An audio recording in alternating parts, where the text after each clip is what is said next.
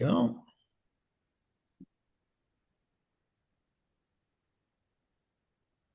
Wow.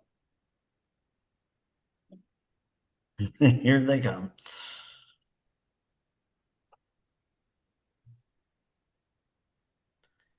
There we go. Okay. Hello, all. Welcome to our inaugural chamber chat here.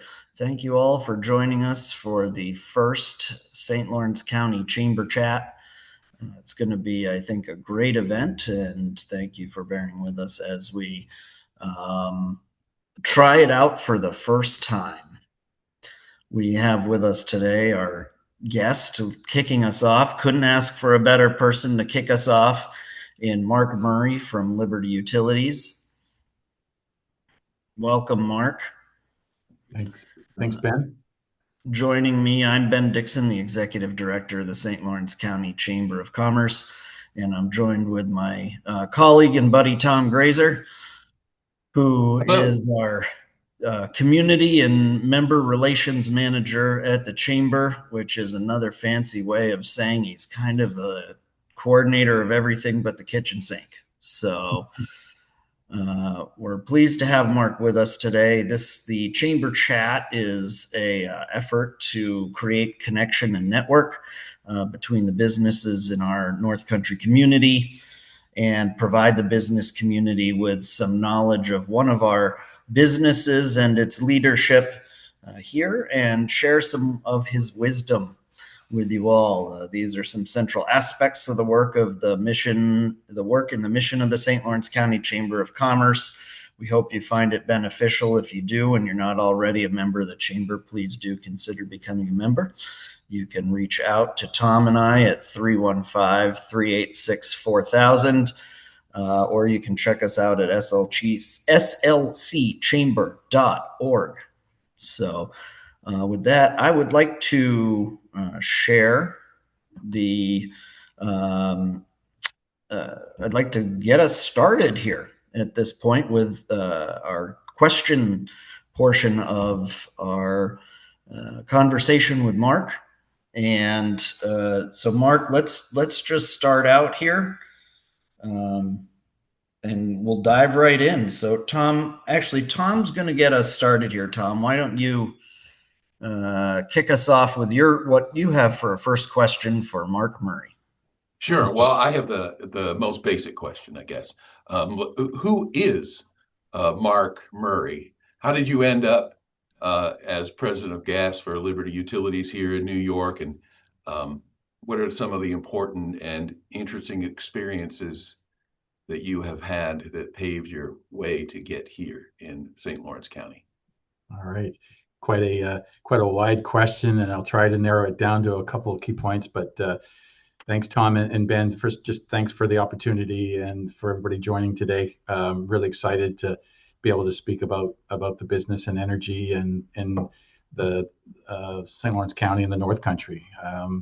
Quite excited about it. But my path really, Tom, has been about building things, teams, businesses, and what's to me most important is customers.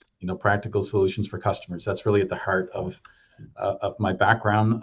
I started out on the commercial and operational side within both the consumer goods and energy sectors, and then moved into broader leadership roles over time, working in different markets really around the world and in multiple regulatory environments. And that's a broad statement, but really those experiences help shape how I think.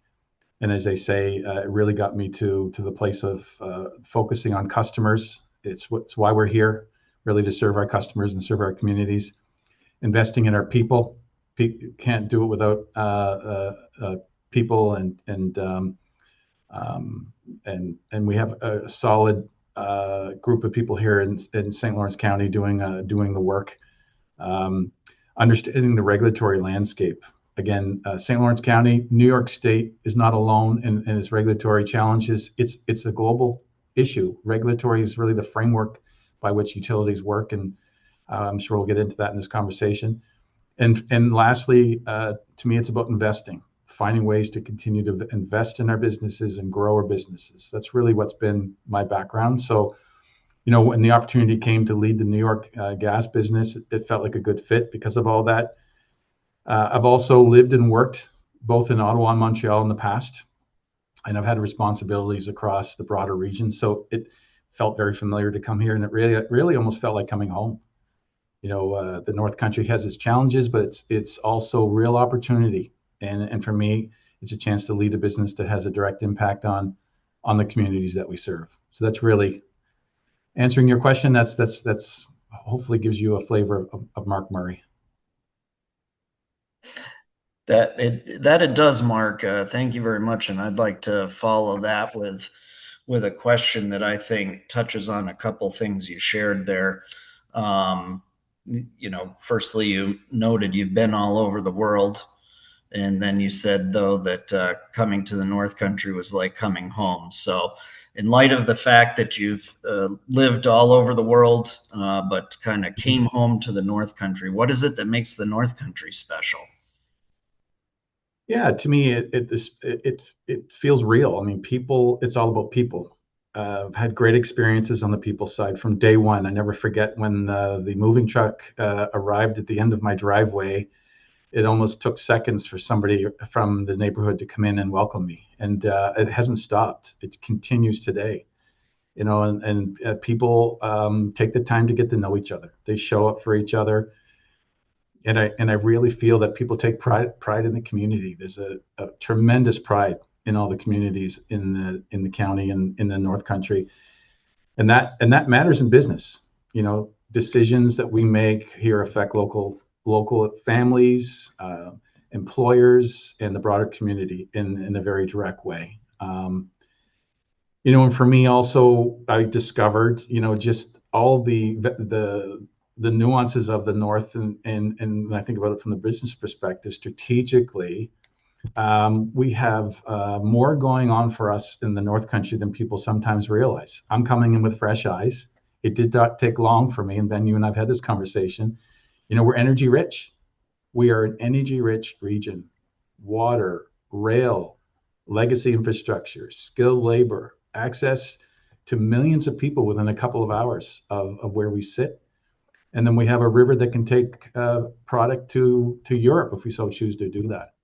Um, I've worked on projects, and the elements that we have here are tremendous. We just have to find a way to take advantage of them, dust ourselves off, and bring all of these resources we have to the market, because it's amazing what we have here. So I feel fortunate to be able to be in a market like this, and it keeps me going. So Excellent.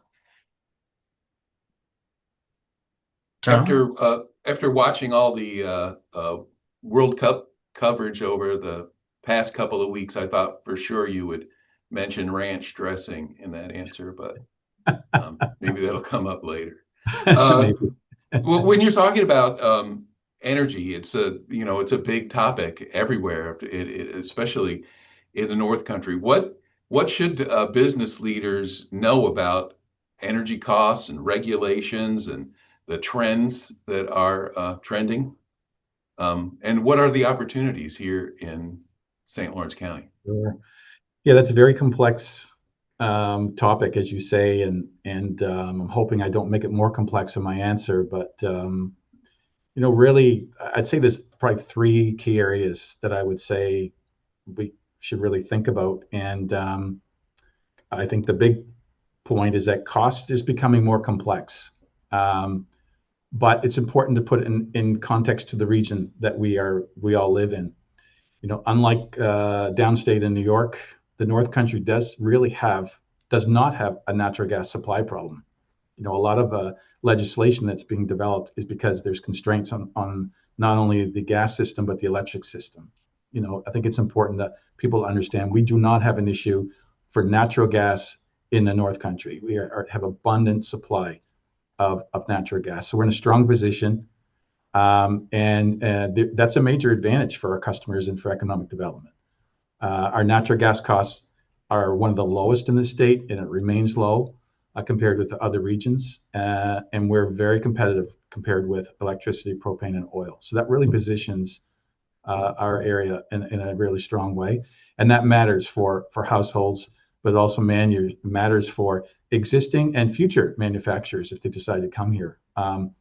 But, institutions like hospitals and schools and energy intensive businesses that are trying to control their operating costs. So it's complex, but the North Country is in a great position. Just to bring that point home a little bit, yesterday I had a meeting with a person who was visiting our office, and she was telling me that she's looking at buying a new home. Now it's an old home; she has to retrofit it. She was telling me she got copies of their energy bills, and that home is being heated with electricity. And for the month of February, her bill was $600 for that house. When she compared that to her current house that uses natural gas, she's closer to the $200 mark for that month. So she did the math, plus all the other things she had to do to the house. But what really drove her was that electric cost what really scared her. And it helps explain why customers can be confused, when they hear broader calls for electrification without a clear discussion about affordability. So that just happened yesterday, that conversation. So number two, business leaders need to understand that their bill is not just about commodity price. There's lots of investment, reliability requirements. We have a lot of storms in the North Country. There's a cost to that, materials, financing. But I guess the other piece is that public policy decisions will end up costing customers more money. So business leaders, we need to get involved. You need to understand, what decisions and how that's impacting your costs. It's not just about commodity. And three, bit of repeating myself, regulation is driving transformation. New York's climate policies are reshaping the energy landscape. Electrification, decarbonization mandates, and infrastructure constraints are all influencing decisions. That's really not helping. But I think if we can understand that in the North Country, it is different than the rest of the state. And that's the conversations we're having with our stakeholders, is how the North is different. We're colder. We have more issues with winter. We have disadvantaged communities, but we also have affordable energy prices. So we need to figure that out. It's complex. Hope I answered your question. Mark, how does you hear about renewable natural gas? How does that play into all this? Yeah, great question. I'm glad you asked that, because that's one of the areas that we've been able to focus on because of the opportunities to have a very strong agricultural sector in the North Country. And in fact, we're actually, St. Lawrence Gas is leading in this space. We now have 7 renewable natural gas projects that would be injecting about 15% of all of our gas from dairy waste directly into our pipelines. And what that's allowing us to do is actually offer lower cost gas to our customers. And that's having a tremendous positive impact, not only on cost, but decarbonization. Because the waste that was used, or the waste that's coming from the farms, was used for fertilizer or other uses, spread in the fields, and that carbon CO2 was going in the air, and it's now going into our pipelines, captured in our pipelines, and it's being sold to our customers directly today. So many of our customers in our service area are getting RNG delivered right to their houses. One of the challenges with it, and then we're seeing some movement on that, is that currently the state is not recognizing this as a form of decarbonization. Imagine. But we're seeing that potentially shifting, and I think we've seen that in some of the announcements. And so for developers, the people who are investing in these projects, carbon credits, they're like the receipt that's used to formalize the reduction of carbon credits being emitted. They're paying for this. And developers are selling their carbon credits to the state of California to get that receipt, and not in New York State because it's not recognized.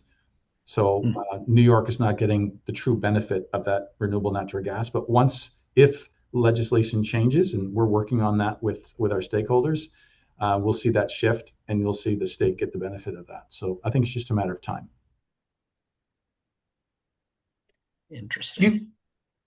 You've mentioned a few times about challenges that you face. Do you have a way you go about approaching challenges? Do you have a philosophy or something you can share with other business leaders on how to go about tackling a challenge? Yeah, good question.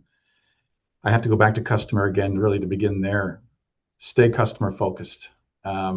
Decisions always come back to cost, availability, and reliability of your product. When we think of these grand projects or like renewable gas or hydrogen, we saw hydrogen in the past. We always started with what's the impact on the customer and does it really make sense? And if it doesn't make sense, maybe it's something you have to do later on. But start with the customer. Work collaboratively with regulators and stakeholders.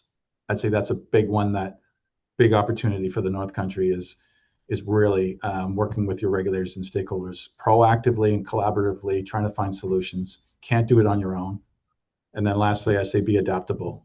In our case, and like in many sectors of business today, our landscape is changing fast, and we need to be thinking on our feet. We can't be rigid. If you're rigid, that doesn't work. You need to be adaptable, and you need to move with your realities. So those are the three areas for us that we focus on, and I hope that helps others. Yeah, thank you, Mark. As you think about overcoming obstacles, overcoming challenges, and as appreciate what you shared there, and I think that idea of staying customer focused certainly applies to any field, whether it's a not-for-profit or retail or utility. So, Correct. but you spoke to overcoming challenges kind of at the organizational level, but how about across a region? I mean, here in the North Country, are there things that you see as getting in the way of our further progress and development in the region, and how can we, at a regional level, look to overcome that? Yeah, that's a great question, Ben. It's definitely something I spend a lot of time with as I try to help our business. But as business leaders, I know many of them on the call here today because I see some of the names. And again, I thank you for joining. Is really about working together and bringing groups together. And I think the North Country, if we step back a little bit, it has many of the assets that investors and employers care about. I talked about them earlier. So, energy, abundant energy, clean and abundant water, land, infrastructure, strategically located, and we have great people. We have a call center that we have in our office, and it's because of the people that are serving North America out of Messina, because they're highly educated, they're young, and they want to work. And we have that here that really helps us, and I'm sure to help other businesses. But the challenge is connecting those strengths into a clear strategy, a clear regional strategy. That's the challenge that I see.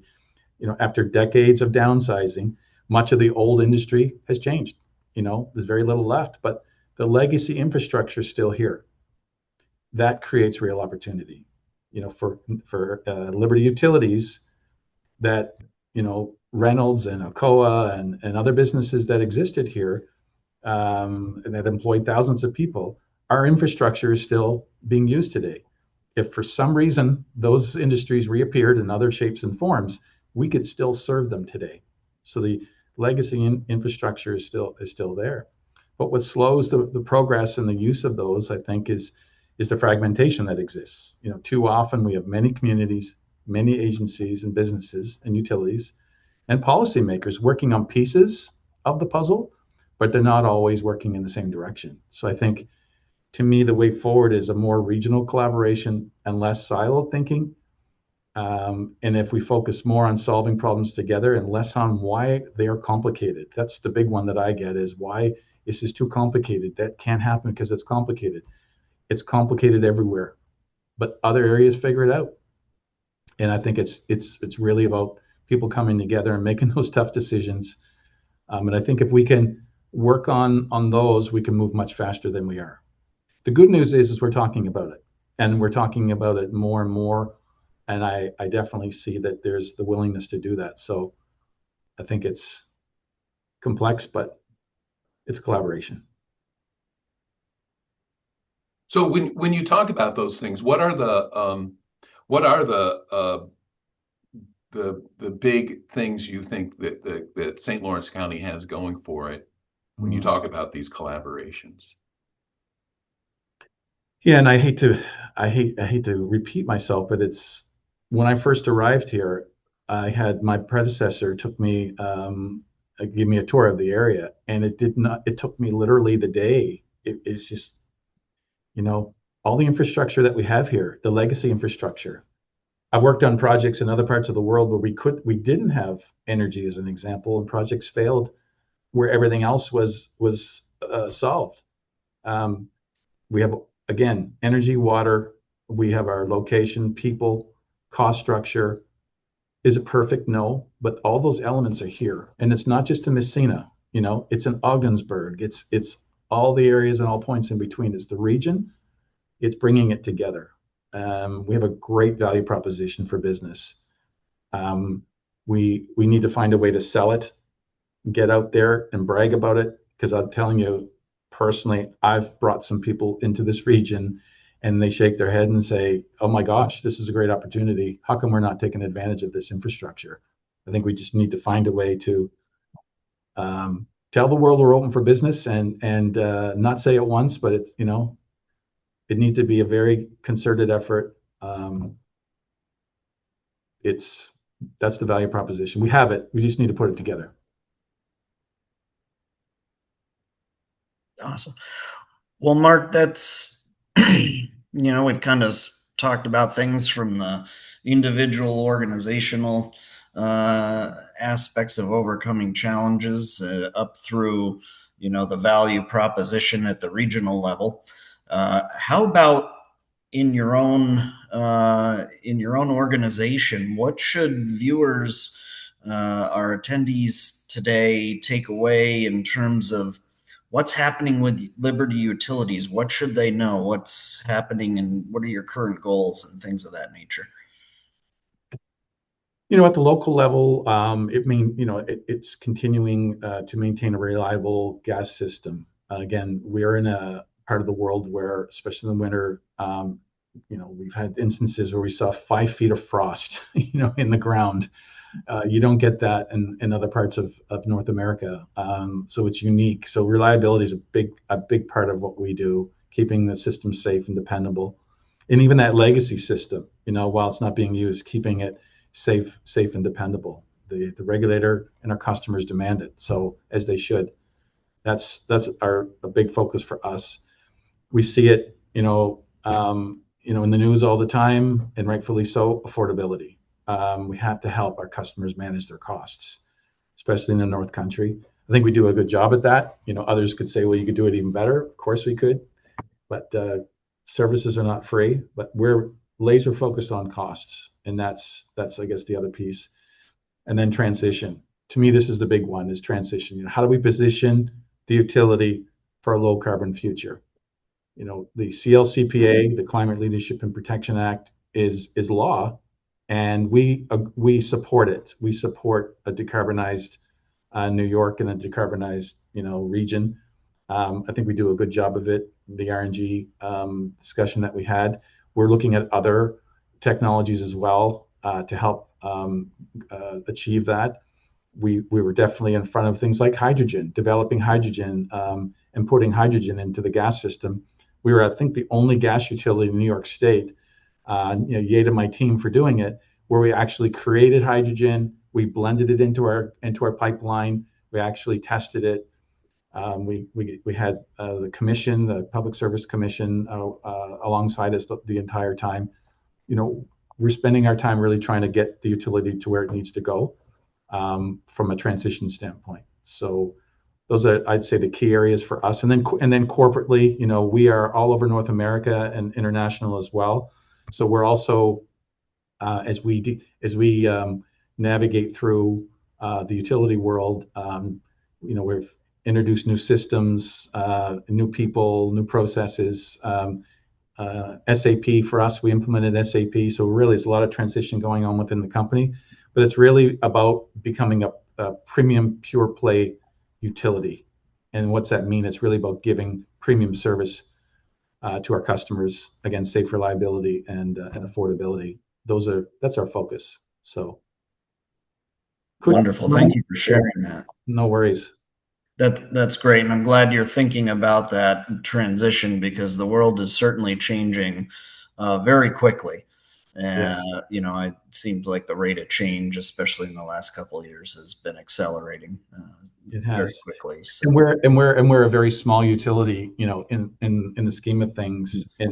In one sense, it's easy for us to do those things and pivot quickly, but we only have a certain small cost base, so we can't do large projects. So in some cases, we have to let others lead, but in some cases, we can lead, like the RNG situation that we have here. So yeah. great. So, well, I think we also want to know more about Mark Murray himself. So we're going to do something a little fun here, Mark, and we're going to go into a rapid fire round, but just so we can learn a little more about you and get to know you a little better. All right. But before we do that, I'll ask this question: Is we've got a very diverse group of attendees today. If any of these topics that you've touched on strike their interest, be it public policy or renewable natural gas or any of the things you've mentioned, how do they keep the conversation going? How do they learn more? I'm sorry, you cut out there at the very end for me. Could Oh, you? I'm sorry. Like what do they do if they have additional thoughts or questions in some of those areas? Help, please contact me. Contact me, reach out. I don't know if my contact details are on any of the materials, or I don't know if you want me to say them here, We, but we can certainly add those, Mark. yeah. No, In the look, future. I welcome anybody to reach out, and we can have a conversation. We can meet together. I think it goes back to the collaboration. If I'm sure the question comes from that perspective. Again, I see some of the names here, but love to work with others and help others achieve their goals, and maybe there's some ideas from others to help us as well. Um, Awesome. I welcome that. So yeah. Wonderful. Well, we'll certainly include your contact info in the follow up to today's session. Great. And on the subject of wanting to know more, we will have some question and answer time with the attendees after we do our little rapid fire round here. So I would encourage folks with questions that they'd like to get out there to put those in the chat, and we can tackle those after we hit you with our wacky questions, Mark. So, Uh-oh. I'm yeah. not So ready. I hope you're ready. Are you buckled up? Are you ready for the rapid fire I round? I am actually. Do you mind if I have a drink of water first so I I can? think you should. I think you better. There we go. Good. So Tom and I will take turns throwing it at you. It'll be like a tag team match. Let's do it. And I'll start out by asking you this: If you weren't leading an energy utility right now, what totally unrelated hobby would you be pursuing full time? Well, I actually thought of one as you said it, but if I could give you two, both are real. I think about them both, but I don't do them. First is golf, more golf. I want to be able to play more golf, but I would say my wife and I are both talking about visiting every baseball stadium in the U.S. and seeing at least one game. Not in a particular period of time, but we both love Hmm. live Major League Baseball, and that would be I call that a hobby because it would take some time. Excellent. I think both Tom and our president Benny Fairchild would love to join you in that hobby. Okay. Yes. Okay, I have one. Aside from it not being winter, what's the best thing about St. Lawrence County summers? Well, I've only had 2 summers here. I'm starting my third, but consistently, I had family here last week, and they were jealous about the great weather that we have. But I would definitely say, longer days, great weather, and the river. Being on the river with friends. I've had the chance to enjoy the St. Lawrence River and associated tributaries of rivers, and being on boats. It's a beautiful area to enjoy life Nice. in the summer. Agreed. All right, here's the next one. Let's say that you for a hobby, decided to start a niche museum. What would the theme of that be? God, great question. I'm going to be boring, and I'm going to say probably energy. Energy, an energy museum. Okay. Well, I'll tell you which one is hydrogen, and people probably don't know this, but it's aligned with my where I love to be, and that's just it's debatable about where hydrogen was discovered, but one of the earliest places on Earth where hydrogen was actually developed was in Lake Como, Italy, and so it would be linked with Lake Como, Italy, and that's actually where I vacation this summer. So I would say an energy museum related to hydrogen. In Italy. Very cool. As boring as that might be, I put some Italian spin on that. It'd be a good excuse to settle down in Italy then, right? Yes, exactly. Yeah. That's really the motivation right there. You figured me out, Tom. So when we talk about work, do you have a favorite productivity hack? Something that keeps you going? Yeah, I would say probably start the day with the hardest decision. I would say if you have something that's burning in your brain or an issue that you need to deal with it right out of the gate. Get it done. Don't procrastinate. Don't work with the easier. Start with the easiest task. The rest of your day will be much better if you do that. Nice. That's a good one. I heard an admiral in a speech once say, "Start by making your bed." Good one. Yep. Mark, what's your ultimate comfort food? I would say food on the barbecue. Nice. And I'm a chicken hawk for sure. So sit by the barbecue and solve the world's problems while you're barbecuing. Excellent. I agree 100%. There you go. Timely as well. Yeah. It's a good way nothing beats hanging out in the backyard, playing with fire. Caveman stuff. Yes. So what do you have a superpower that you would like to have? Superpower I'd like to have. This is debatable, probably even for myself, but the ability to slow down time, but at times speed it up. So it's both ways. Right. Slow it down and speed it up. That's a terrific superpower. If you ever get that, Mark, let me know how you got it. Okay. Finally, we got one more question, leads off the barbecue question. And I'm going to ask it because it's keeping your colleague Adam Sulio awake at night. Okay, it's driving him crazy. He keeps asking me. So I'll ask you, is a hot dog a sandwich or not? Oh boy.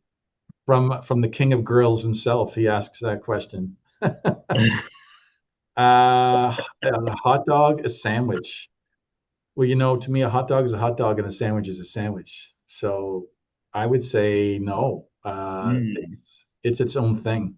And hard to put. I mean, you can put peanut butter and jelly in a hot dog bun, but it's not the same. So I would say no. It's on a category of its own. Sorry, Adam. Okay, well, it's interesting. I would have said it's a sandwich, so I don't know, but you're probably more of an expert than I. But I think because the bread is hinged that a hot dog is a taco. We got a reaction out of Adam.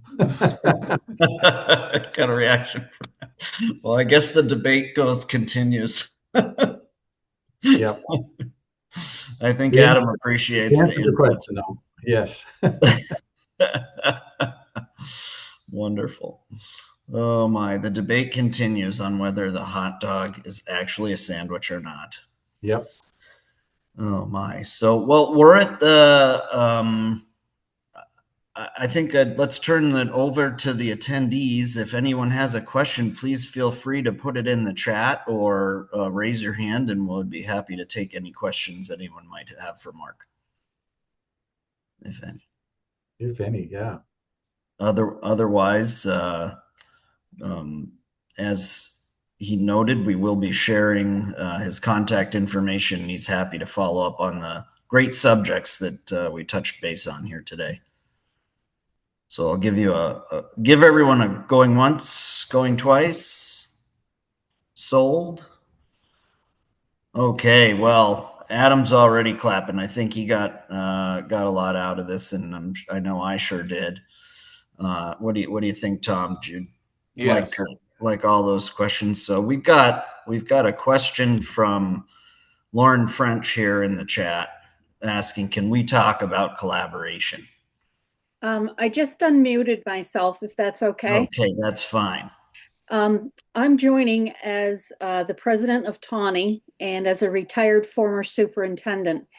And I really understand a collaborative model through schools where we had BOCES and could share services.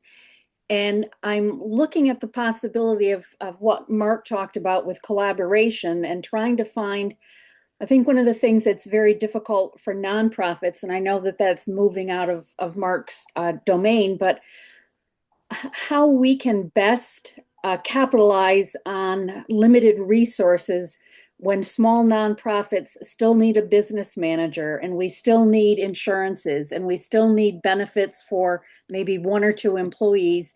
And I wondered if he had any ideas on how to promote that kind of concept for small nonprofits in this region.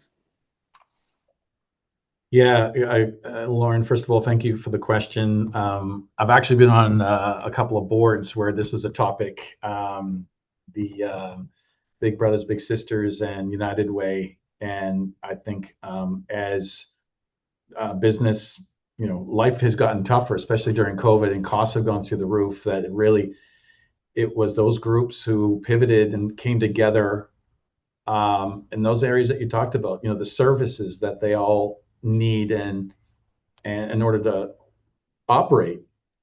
Do you need, let's say there's five of you, do you need five of those, or can you have one? Those are tough conversations to have, but the groups that I've seen survive or flourish and continue to develop have been those that have come together as one in those areas of services. And I think that's the challenge, is having those. They're tough conversations, and in some cases business models change, but in some cases that's where I've seen that work well. And maybe there's other examples that others can talk about, but and Ben, I know you deal with this probably more than I do, but that's been, Lauren, I might be not going too deep as you'd like, but open to an offline conversation about some of those examples that I can give you where those groups have changed and flourished in that area. No, I would definitely appreciate that, and really am quite excited because in one of the things that I notice about Northern New York is a willingness to share, and a willingness is certainly, there are opportunities where competition is great, but there are also opportunities that united we stand and divided we fall.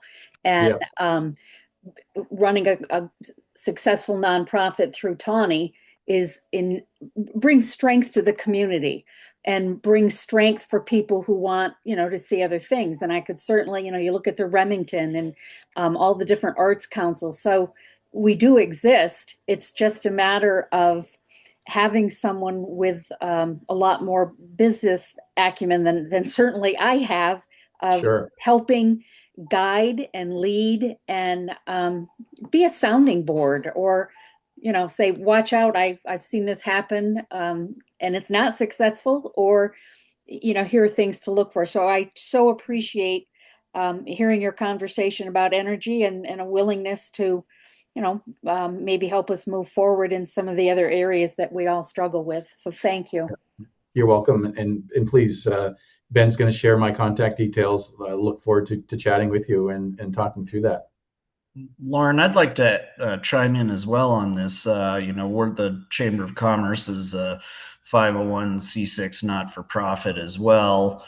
And we have a 501c3 arm as well. And so certainly understand your question. I think the entire nonprofit sector, lives that reality you were just describing, and a great opportunity for us to have some further conversation on that, as we will be hosting. The Chamber of Commerce is going to be hosting the not-for-profit conference in September, and I think that'll be a great opportunity to get together with some other leaders of the not-for-profit sector, and I'm sure all of whom share those concerns and those questions, and it might be a great opportunity for us to put our heads together as a collective group to tackle some of those issues. So stay tuned, Lauren, and everyone else, for information on the not-for-profit conference that will be happening at the Best Western this September. Thank you. That's great news. Great. Any other questions out there for Mark? We got a couple minutes left. Going once, going twice.